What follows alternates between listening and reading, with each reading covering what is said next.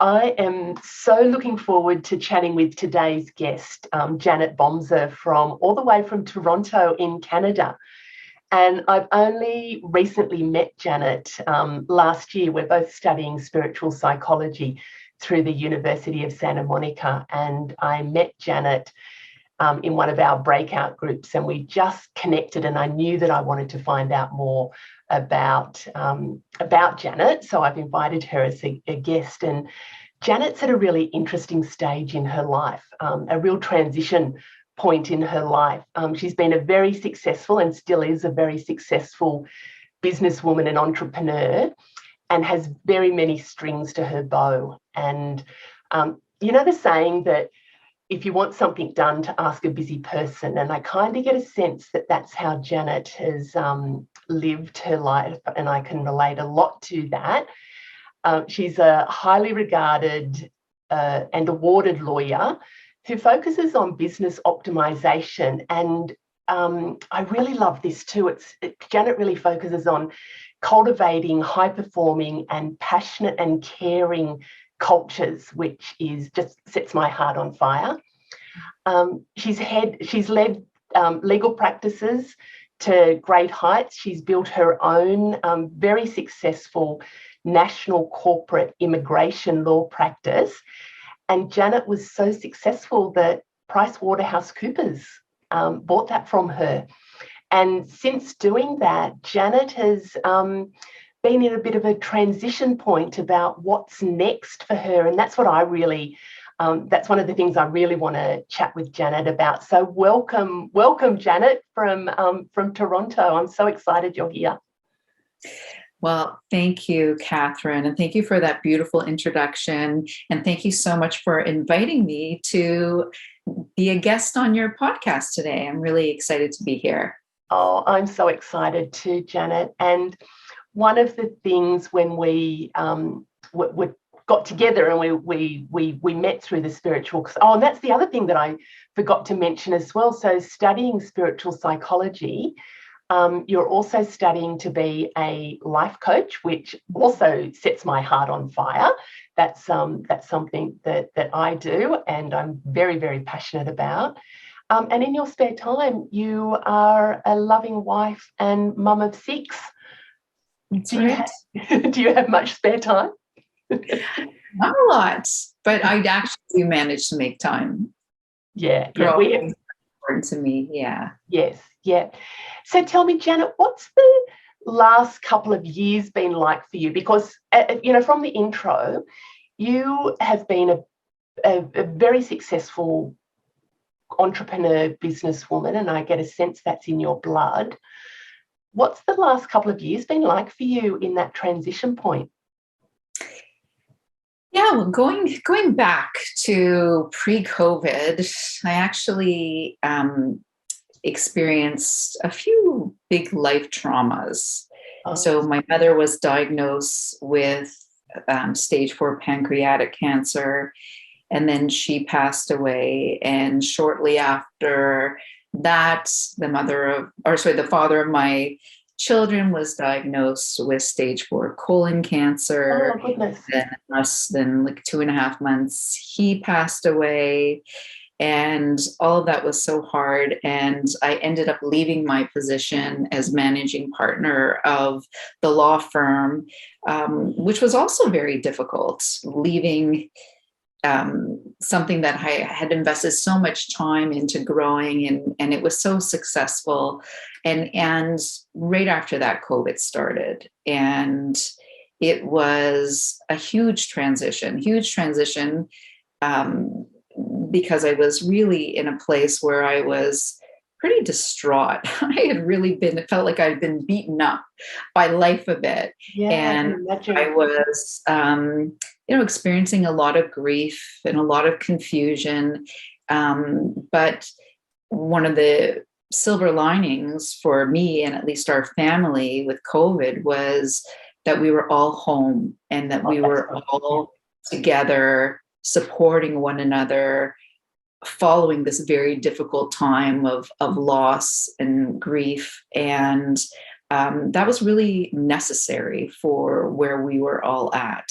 And so during COVID, I thought, okay, you know what, I've given myself a few months I took cooking courses. I did a lot of painting. Were you in lockdown? Was Toronto in were you in lockdown? We were in very strict lockdown. Yes. I think it was similar to. I think so. Yeah. In Australia, we had a lot very strict, very strict. So we were very, very isolated. But there was a lot of available online, and I immersed myself in a lot of different things that I was interested in. But I really put a lot of pressure on myself after giving myself a few months to sort of to grieve and just sort of center myself. And I felt like, you know, you got to start the next business. Like, you are an entrepreneur, you have led this big law firm and grown this global practice. You're a doer, you got to do. And so I very, very quickly started researching not one, but two businesses. I wanted to get involved in two different businesses. And I was trying to find a partner, and I found this technology that was going to support my new business ventures. One was in the spirituality industry. The other one was in health and wellness and focusing on vegan and natural products, because I'm vegan.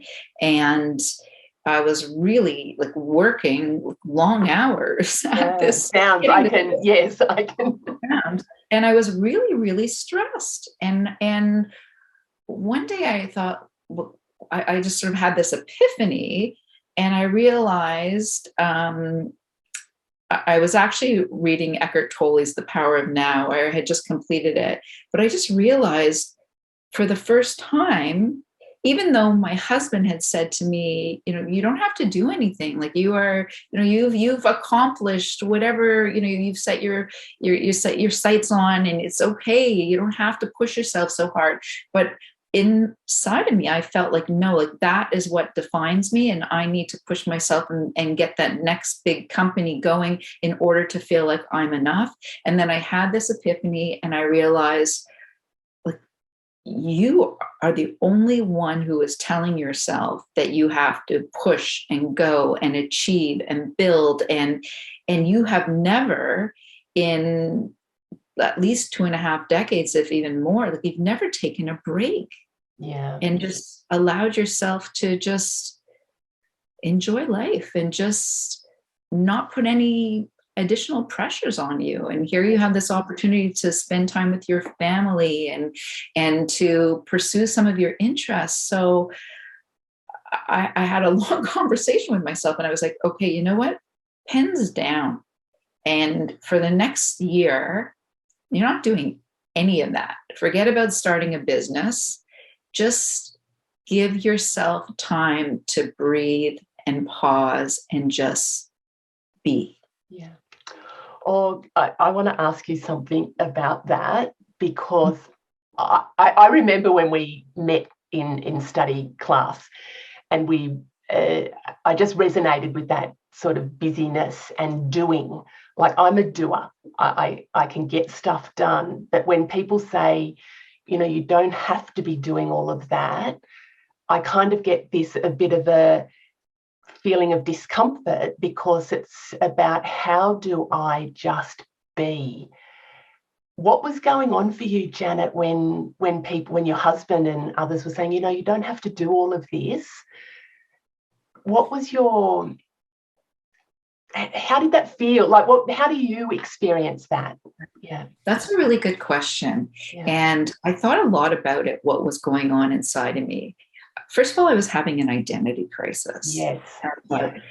Janet is an entrepreneur who runs a big company. Yeah. And I had to come to terms with the fact that, no, Janet is many different things, and I'm not defined by my work, and it's okay, and I am enough as I am, without having that big title, and being head of something and leading something and being viewed a certain way in the eyes of my peers. Yeah. So I had this identity crisis, and I came to terms with it, and I was eventually able just to let go of it. And I realized, and I've heard this said many times, in certain ways we have to die in order to be reborn. And I wanted to be I want to be reborn into something else. And it doesn't necessarily have to be this big successful entrepreneur. Maybe it will, maybe it won't, but it's okay to let go of that part of my life, which was very much like a leader in the immigration law industry and running this big firm. So that was one of the things that was going through my head. Can I unpack that a little bit? Because a lot of the listeners and a lot of the women that I work with, I think will be able to relate to that identity crisis. Who am I? Who am I? Often we do put a title to that we, this is where I work, or this is what I do. Who am I? What was the process? Because you said you came to terms with letting go. Are there some practical things that helped you to come to terms with that? I'm just thinking some of the practices that might be useful for some of our listeners and our audience. Well, before I answer the practicals, sure. In terms of getting there, I really had to think about what makes me happy in life. Oh, yeah. And where do I find, where does joy sit? And I was reading a lot. I'm still reading a lot about personal development and spirituality. And I was really searching. And I mean, what became very, very apparent to me reading all of sort of the, whether it was authors of ancient wisdom or modern science, they all said the same thing. Happiness is not outside of us. Yeah. Happiness is inside of us. Yeah. And so from a practical perspective, that really, really got me focusing on, okay, what does it take to be happy within? Yeah. And part of it, so the first part was, okay, I don't have to worry about it doesn't matter what anyone thinks about me. And I don't have to live up to an identity based on impressing others outside of me. It is all about inside. So I had already started a meditation practice, and I love meditation. And that's such a big part of my life. I meditate on a regular basis, or every single day I meditate. And I really started to incorporate some of the exercises and some of the teachings that I learned through my studies, both at USM as well as many of the books that were that I had read. And one very important sort of lesson that jumped out was starting with, it's from Byron Katie, which is loving what is, right? And just appreciating, this is where I'm at in my life right now. And so embrace that. Don't worry about what happened in the past and who I was in the past and feeling guilty about anything I'm not doing because of where I've been in the past. And don't worry so much about the future. Practice more being in the present. And I'm a big believer that life happens for us, not to us. Yes. Yes. And life put me here. And I, again, had an aha moment when, after thinking about all this stuff, like, no, life put me here because I'm supposed to have this break. Yes. Yes. I'm here because I'm supposed to be here. And I am going to love and embrace exactly where I am right now, as opposed to struggling and putting all these different or additional pressures on myself to do and produce and whatever. Just enjoy exactly where I'm at and trust that life is a process and it's a journey. And I'm here right now because I'm supposed to be here. And when I'm supposed to be somewhere else, I will get to that somewhere else. And I don't need to worry about it. That doesn't mean I'm not doing things, because I'm a really big believer in learning and growing and engaging. I do love that. But really loving what is was a really important part of this process, and a practical tool that I incorporated. And then also recognizing that, going back to a few things, like allowing myself to follow my bliss. Yes. So just do whatever made me happy or what makes me happy, but also deciding to be happy. Deciding to be happy. So that was another practical or a practice that I've really embraced. And that's helped me a lot on my journey. And I can tell you, Catherine, that I haven't felt this happy and this light in years. Yeah. I can feel that, and I can relate to so much of what you're saying. And one of the things for me, like the Happiness Hive, it's about finding happiness and what sparks joy. And my story, it's different to yours, but from a trauma of my mum passing away when I was young, that I got to a point where I went, you know what, I don't want to live life like that anymore, in that sort of numb void. And I made the decision that I was going to turn my life around. And I think what you've said there is about deciding to be happy, that, and I agree with you too, that life is for us, that we're where we're meant to be, and trusting that that's the process and learning the lessons of life. But I very much made that decision that I wanted my life to be the most beautiful life that I could create. And every day I start the day that today is going to be a wonderful day, and wonderful things are going to happen, and setting that intention. So there's a lot of really practical things that you had said there. And I think you also said, Janet, about what actually brings you happiness. What brings you happiness? And I think sometimes we're caught up being so busy in the doing that we forget, and we go, what actually does bring, spark joy? And it can be like, this sparks my joy, catching up with wonderful, amazing women and just hearing their stories, connecting with others absolutely sparks my joy. If I could do this all day, I would love to do that. Right. So yeah, and loving what is, just being in the present moment. And for me, that's been one of my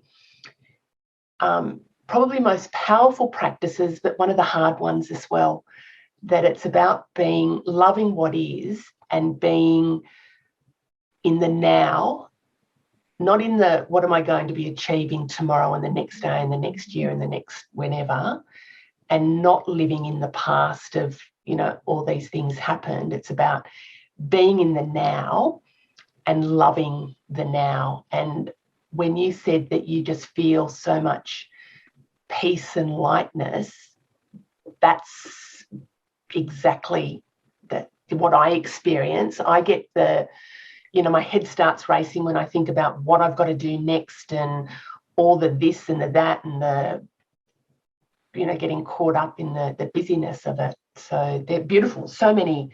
And following your bliss, love that. Mm-hmm. Yeah. I mean, and there's so many other like practical tips or things that I've incorporated into my life from, as you mentioned, like starting your day with an intention. I love that. Yeah. I actually sort of practice gratefulness when I wake up. Yes. Yeah. And just give thanks and think about all the things that I'm so grateful for.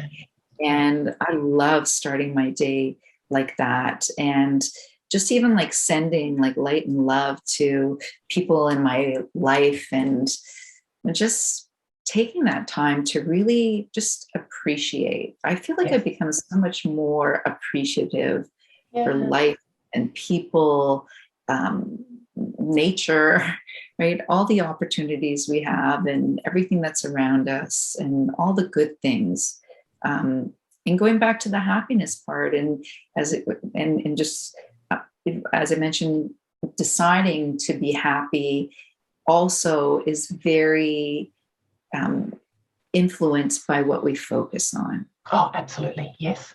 Yes. So also choosing to really focus on the beauty and the good in life, and as opposed to allowing my ego to sort of raise alarm bells of fear about everything, or to focus on all the things that aren't working in the world. And that was really important to do during COVID for me. Yes. I really retreated during COVID. I remember, oh gosh, when was our lockdown?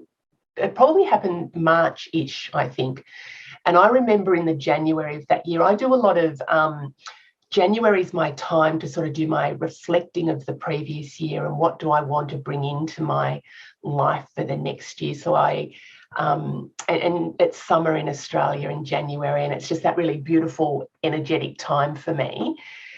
And I remember prior to COVID, I went, do you know what? I'm just so busy. I'm getting pulled in so many different directions, all of my own doing. But I need to slow down. I need to sort of think about the way that I'm working. COVID hit, my work just shut up. I had 3 months of no work, and I'm just going, oh my goodness, universe, that's not what I meant. That is not what I meant. But do you know what I did, Janet? The first month was like, oh my God, oh my God, oh my God. Then I went, do you know what? It's going to be okay. It will be okay. So take this time. And I actually spent a lot of time retreating within. And I think, they made comments during COVID about, a lot of people finding themselves. I enjoyed that time of slowing. And I think it was probably the first time for many, many years for me that I was just being. I experienced what being, not doing, but what being was like. And it was beautiful. Yeah. That's beautiful. I'm so happy to hear that. And I think a lot of people experience that for the first time. And I truly believe that so many of us needed that. Yeah, right? I needed it. I was a bit kind of when lockdown, when we opened up, it was just like, oh, really? Like, I think I'll just stay in my little cocoon. And do you know what I'm enjoying? And a lot of things have changed in my life since then. And, reflecting, I've really pulled back and thought about what is important to me and what does bring me bliss and joy, and putting more of my focus on those things. And I feel a lot lighter. From that. That's terrific. Yeah. And I really practice releasing guilt. Yes. Yeah. Actually, a few new habits. Really releasing guilt. Yeah.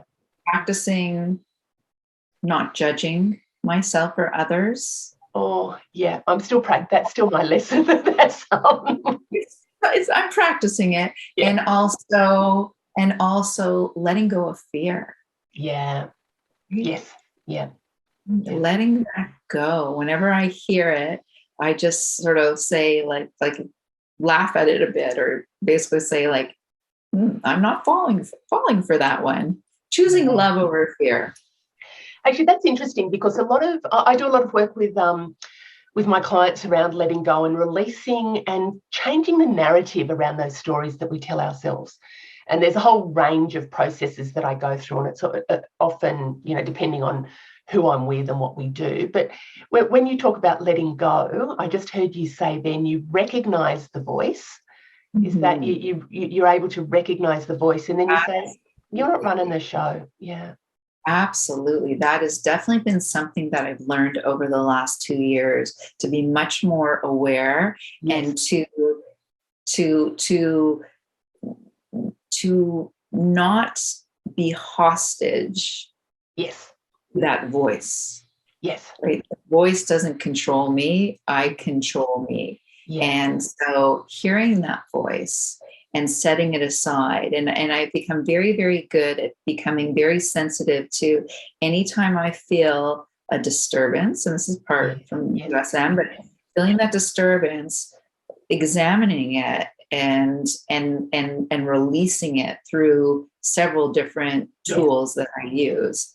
But I became so aware that once I became aware about the voice in my head, I became so aware that it always goes to the worst possible case, like the worst. Mm. And so, and thinking, and for so many years in my life, I was not aware that there was something that was doing that to me. And so I would respond with fear or stress or anxiety or whatever. And now having it so visible and being able to stop it, it just has transformed my life because I don't buy into it at all. Yeah, I love that. And the practice that I do is the same thing. Like I have recognized the voice and I know when she is going to pop in there. And what I do is I actually just catch myself and say, why am I thinking that? Why has that triggered that response in me? And I've learned to be really honest with my answers to that as well. And what is that triggering in me? And why am I thinking those thoughts? Is this a real thing? Or is this just the habit of, those old stories that have been ingrained in me? So I sit with it, and then sometimes that's enough. Sometimes just even catching the thought is enough to break the circuit. Then I think, why am I actually responding that way? And I get some insights from that. And then if I need to, it's just like, well, what do I want to be thinking or feeling instead? And then I focus on that. So what I'm really doing is breaking that habit of the inner critic, and then replacing the inner critic with the inner love, and guidance. So it is a process. And a lot of my clients ask me that, how do you tame the inner critic? And for me, it's a practice. It's about being aware of when the inner critic is there and how they act. And then for us to be able to break that cycle of it. So we've got to practice. It's not like we do this once and everything's okay. Or certainly for me, my belief is that it's taken a lot of years to form. So I need to practice, and I have a very my mornings are my sacred time. Like I love mornings. We talked before we got on air. We're both early risers, and that is that's a really sacred time of the day for me. About setting myself up for the day, and yeah, it's just beautiful. It's just a really lovely energy. So I do have my practice about setting my intentions, my gratitude. I visualize a well of gratitude. And as I'm at the well, it's kind of just spilling over with all these things that I'm grateful for. And then some days it's just giving thanks for all of the things in the well. And sometimes I actually bring out specific things and give gratitude for those. I love that. Yeah. And and when I do my visualizing, next to my gratitude well, it's kind of morphs into, it's a manifesting well. So it's about what are the things that I want to bring into my life. And it's not always about physical. Actually, most of the time it's not about physical things, but wanting to bring in, beautiful people, beautiful experiences, positive energy, all those lovely things that I wanting my life to be. That's beautiful. Yeah.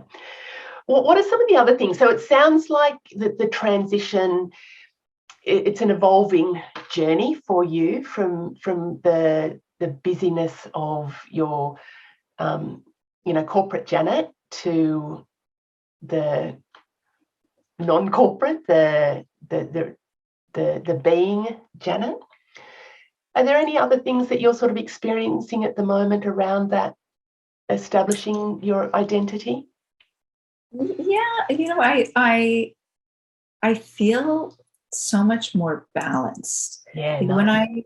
when I really feel like I'm, for the first time in my life also, that I have a good balance of sort of me time, Yeah, spending time with family, spending the work that I am doing, whether it's focusing on USM or I'm consulting a company um, or my coaching course, and spending time on my health, making sure that that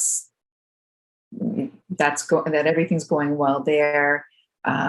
Contribution and community. Like I feel like and of course my spirituality. Like I feel like I have, for the first time, really like covered, all those parts in the yes, circle that yes, yes. divide into all those different sections, that I'm really well balanced at that. And part of it is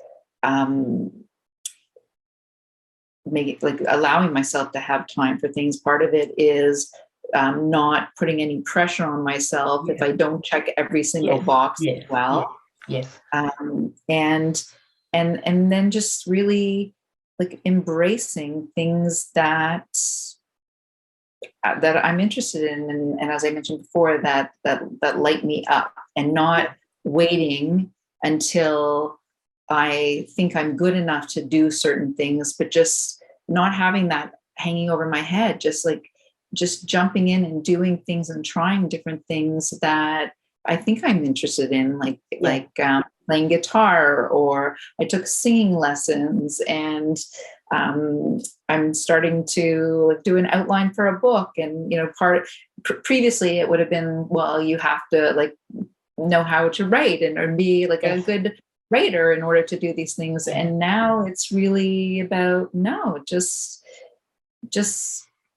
live in the present and allow yourself to shine, and just like enjoy where you're going with these things, without putting that added pressure on yourself that you have to be the best before you start doing some of these things. Just jump in and know that the more that you do and the more that you jump in, whether it's with a spirituality practice or any other area of interest, that you got to start somewhere. And with time, you're going to get better and better and better.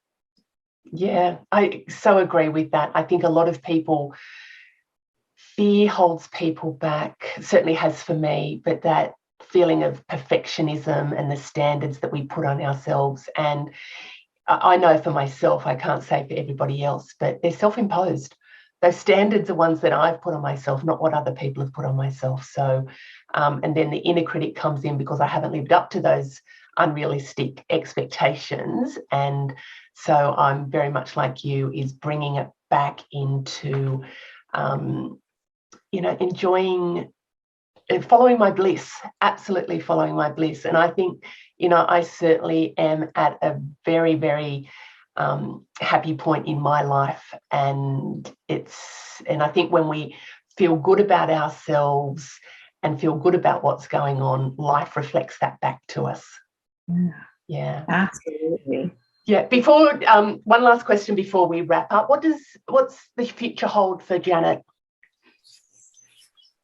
Now that we've been talking about being in the present, but is there anything? Yeah, is there anything that? Well, I am going to be more involved in many areas of my life. Yeah. Because I'm on a journey. Yeah. I definitely continue to be very happy, and ideally I will be inspiring as many people as possible to lead or to live a life of greater happiness, joy, and peace, in whatever way I ultimately choose to actualize that. And I would say very much that's probably happening right now, Janet, that I would suggest that you're probably inspiring a lot of people just by the journey that you're following. Because that, and even through the chat that we're having, there are so many pearls of wisdom that have just kind of dropped out today. But I would 100% say that you're already living that future, which is kind of a nice little bow to tie this chat up with, because that's what we were talking about, being you.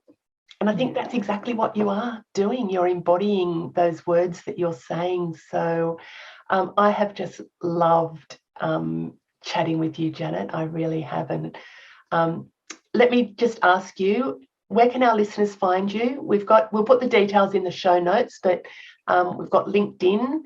Do you have a website or? I don't have a website at the moment.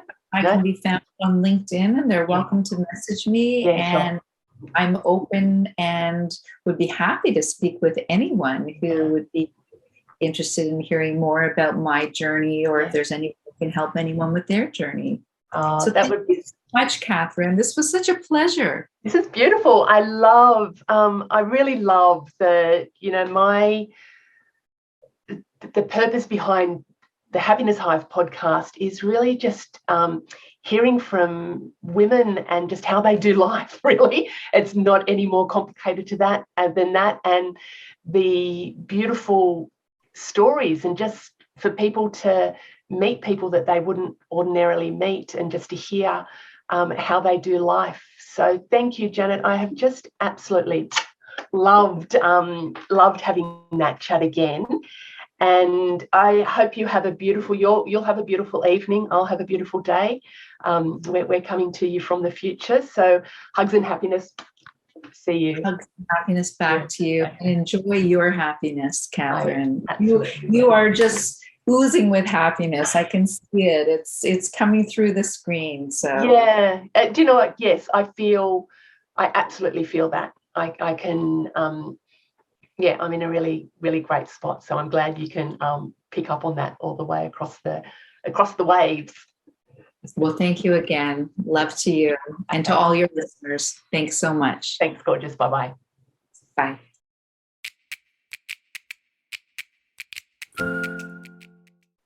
That was amazing. That was beautiful.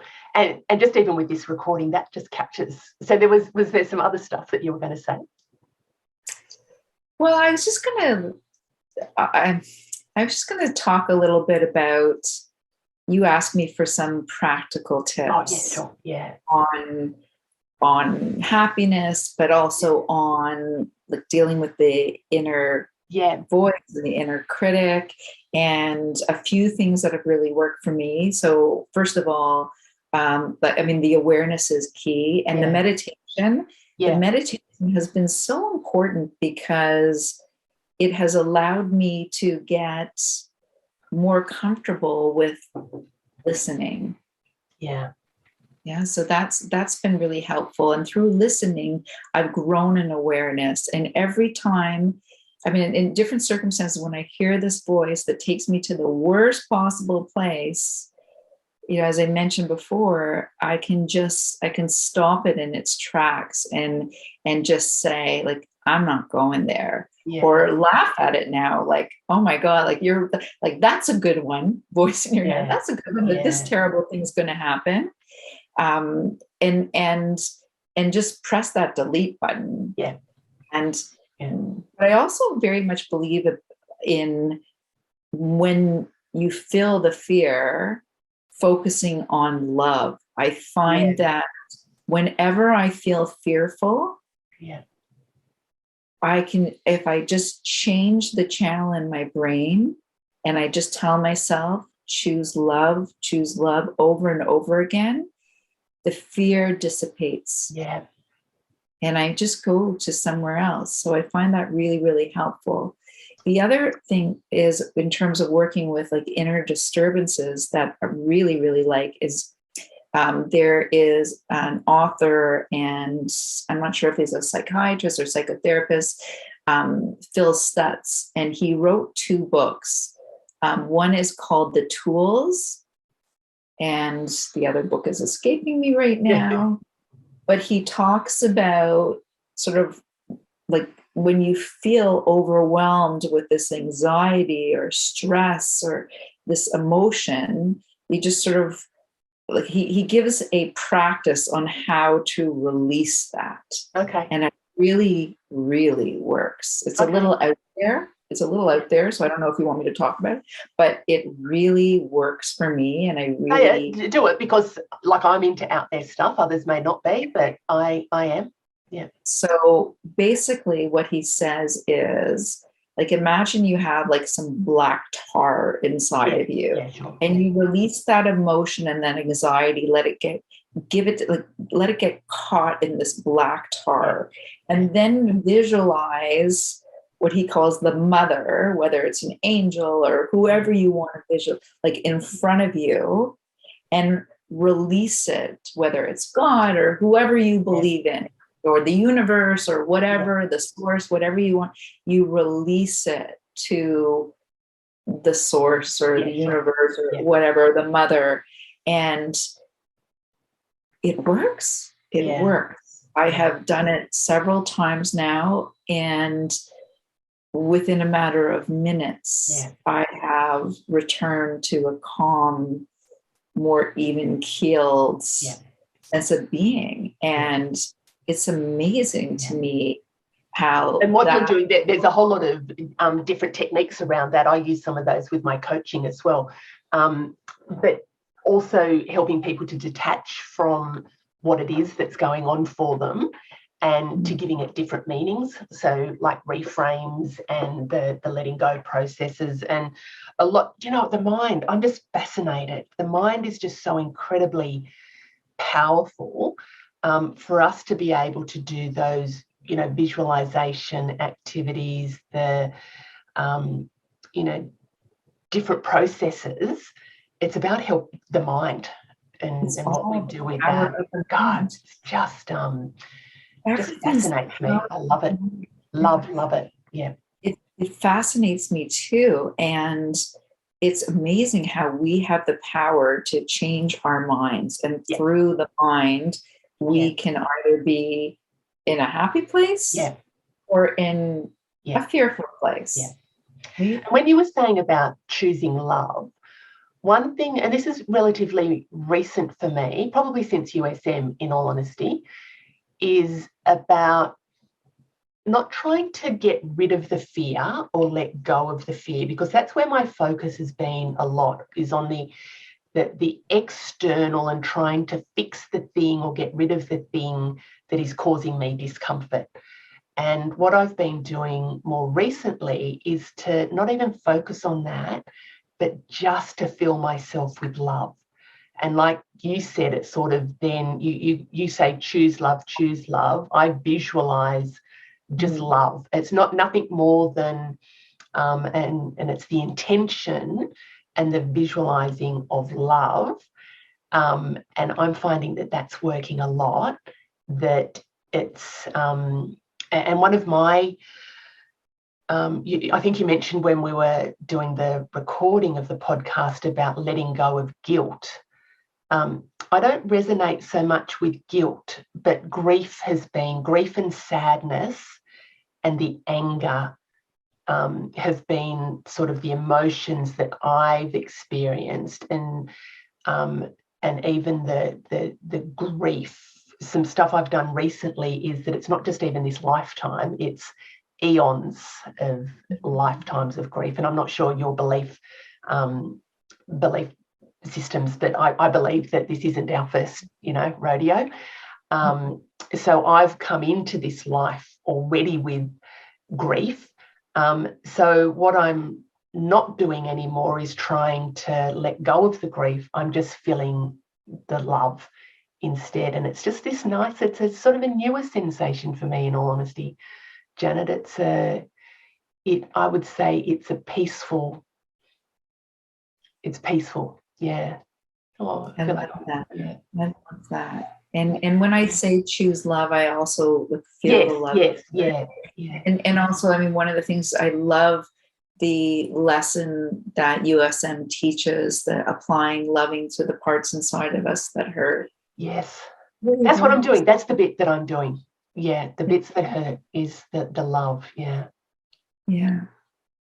Yeah. So cool. I feel like life, the whole journey of life is about, it's all about love and releasing that fear and sort of like getting to the other side of a bridge where we leave fear behind and we get to the point where we are pure love and loving. Yes. Right? Yeah.